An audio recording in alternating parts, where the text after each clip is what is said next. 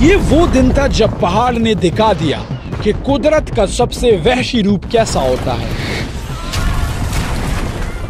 یہ وہ لمحہ تھا جب ہر زندہ چیز اپنے وجود کے لیے لڑ رہی تھی اور ہر نظر صرف ایک سوال پوچھ رہی تھی، یہ کیا ہوا اور یہ سب کیسے ممکن ہوا؟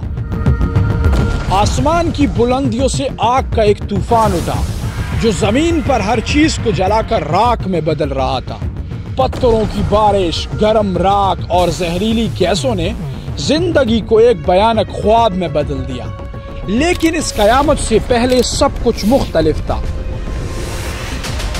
یہ شہر ایک پرسکون زندگی کا نام تھا، ہنسی خوشی کھیل اور تجارت کا گھر، لیکن کوئی نہیں جانتا تھا کہ جس زمین پر وہ چل رہے ہیں اس کے نیچے موت چھپی بیٹھی ہے۔ آئیے وقت کا پردہ ہٹاتے ہیں۔ 7ویں صدی قبل مسیح اٹلی میں نیپلس کے قریب دریا کے کنارے بسنے والا ایک شہر جس کا نام پومپے تھا اور اس کی آبادی تقریباً 10 سے 20 ہزار تھی۔ سٹرکچر کے اعتبار سے پومپے کی گلیاں سیدھی اور پتھروں سے بنی ہوئی تھی۔ گھروں کے اندر بڑے بڑے صحن، باغیچے اور دیواروں پر بنے رنگین فریسکس اس بات کی گواہی دیتے تھے کہ یہاں کے لوگ فن اور خوبصورتی کو بہت پسند کرتے تھے۔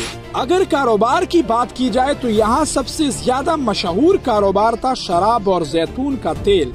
پومپے کے چاروں طرف کھیتوں میں انگور اور زیتون کے باغات لگے ہوئے تھے اور ان سے بننے والی شراب اور تیل پورے روم تک بھیجی جاتی تھی۔ بڑے بڑے مٹی کے برتنوں میں شراب بھری جاتی اور سمندر کے راستے دوسرے شہروں تک پہنچائی جاتی تھی۔ اس کے علاوہ مچھلی کا کاروبار بہت مشہور تھا۔ ساحل قریب ہونے کی وجہ سے پومپے میں مچھلی اور اس سے بننے والی چٹنی، جسے گروم کہتے تھے، خاص اہمیت رکھتی تھی۔ یہ چٹنی روم کے اشرافیہ کے دسترخوانوں کی شان سمجھی جاتی تھی۔ بازاروں میں روٹی بنانے والے تنور بھی تھے۔ بڑی بڑی بیکریاں روزانہ سینکڑوں روٹیاں تیار کرتی جو شہر کے لوگوں میں تقسیم ہوتی۔ آج بھی ماہرین کو پومپے کی کھدائی میں وہی تنور اور پتھروں کے بڑے بڑے چکے ملے ہیں جن سے آٹا پیسا جاتا تھا۔ لیکن پومپے کے لوگوں کی زندگی صرف کام اور تجارت تک محدود نہ تھی۔ یہاں بڑے بڑے پبلک باتھس بنے ہوئے تھے جہاں لوگ نہانے کے ساتھ ساتھ سماجی تعلقات بھی بناتے تھے۔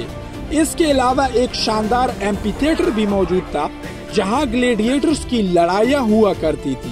لوگ ہزاروں کی تعداد میں آ کر ان لڑائیوں کو دیکھتے اور جوش و خروش سے داد دیتے تھے۔ یہ شہر واقعی رومن تہذیب کی رونق اور طاقت کی ایک تصویر تھا، مگر شہر کے کنارے ایک خاموش پہاڑ کھڑا تھا، ماؤنٹ ویسوویس۔ اس کی چوٹی اکثر بادلوں میں چھپی رہتی، لوگ اسے ایک عام پہاڑ سمجھتے تھے، لیکن کوئی نہیں جانتا تھا کہ اس کے اندر ایک دہکتا ہوا راز چھپا ہے۔ پومپے کے بازار اور گلیاں ہمیشہ رونق سے بھرپور تھی، لیکن ہر خوشحال شہر کی طرح یہاں بھی کچھ برائیاں چھپی ہوئی تھی۔ سب سے عام مسئلہ شراب نوشی اور جوش و خروش میں حد سے زیادہ کھیل تھا۔ لوگ اکثر زیادہ ڈرنکنگ کرتے جو کبھی کبھی جھگڑوں اور شور شرابے کی وجہ بنتی۔ گلیوں میں اکثر چھوٹے چھوٹے چوری کے واقعات بھی ہوا کرتے تھے کیونکہ شہر اتنا پر رونق تھا کہ ہر چیز پر نظر رکھنا ممکن نہیں تھا۔ اس شہر میں ایک بات بہت عام تھی جس پر آج بھی تاریخ گواہی دیتی ہے۔ گلیوں اور گھروں کی دیواروں پر بنی تصویریں جن میں مرد مردوں کے ساتھ تعلقات بناتے دکھائے گئے ہیں۔ کئی مقامات پر تو تحریری بھی ملی ہے جو صاف صاف بتاتی ہیں کہ وہاں ہم جنس پرستی ایک عام رواج تھا۔ اس بات نے اس شہر کی اخلاقی آلات کو مزید کمزور کر دیا تھا۔ لوگ اسے گناہ نہیں بلکہ تفریح سمجھتے تھے، مگر قدرت کی خاموشی صرف امتحان نہیں تھی بلکہ یہ ایک مہلت بھی تھی۔ زمین کے نیچے بہت گہرائی میں دو عظیم طاقتیں آمنے سامنے تھی۔ ایک طرف تھی افریقن پلیٹ جو آہستہ آہستہ یورپ کے نیچے دس رہی تھی، اور دوسری طرف تھی یوریشین پلیٹ جو اپنی جگہ جم کر کڑی تھی۔ دراصل زمین ایک مکمل پتھر کا ٹکڑا نہیں ہے بلکہ اس کی اوپر والی تہہ کئی بڑے حصوں میں بٹی ہوئی ہے۔ ان حصوں کو ٹیکٹونک پلیٹس کہا جاتا ہے۔ یہ پلیٹیں ایک دوسرے سے جمی ہوئی نہیں ہوتی بلکہ آہستہ آہستہ حرکت کرتی رہتی ہے، بالکل ایسے جیسے برف کے بڑے ٹکڑے پانی پر تیرتے ہوں۔ جب ایک پلیٹ دوسری پلیٹ کے نیچے جاتی ہے تو وہ اپنے ساتھ پانی اور معدنیات زمین کی گہرائیوں میں لے جاتی ہے۔ وہاں شدید گرمی اور دباؤ کی وجہ سے یہ سب پگھلنے لگتے ہیں اور ایک نئی طاقت پیدا ہوتی ہے، میگما۔ یہی میگما آتش فشائی پہاڑوں کے نیچے جمع ہوتا ہے، بالکل ایسے جیسے کسی دیو کو زنجیروں میں قید کر دیا گیا ہو۔ پومپے کے قریب یہی عمل چل رہا تھا اور آخر کار 79 عیسوی کی صبح سب کچھ بدل گیا۔ پہاڑ کے دہانے سے اچانک ایسا دھماکہ ہوا کہ آواز آسمان تک گونجی۔ پہاڑ نے اپنی آگ برسائی اور اس دھماکے کے سبب پیدا ہونے والا دھواں اور راکھ اتنی تیزی سے اوپر اٹھی کہ بادل سا بن گیا۔ ماہرین کے مطابق وہ راکھ اور گیسیں تقریباً 30 کلومیٹر آسمان تک پہنچ گئیں۔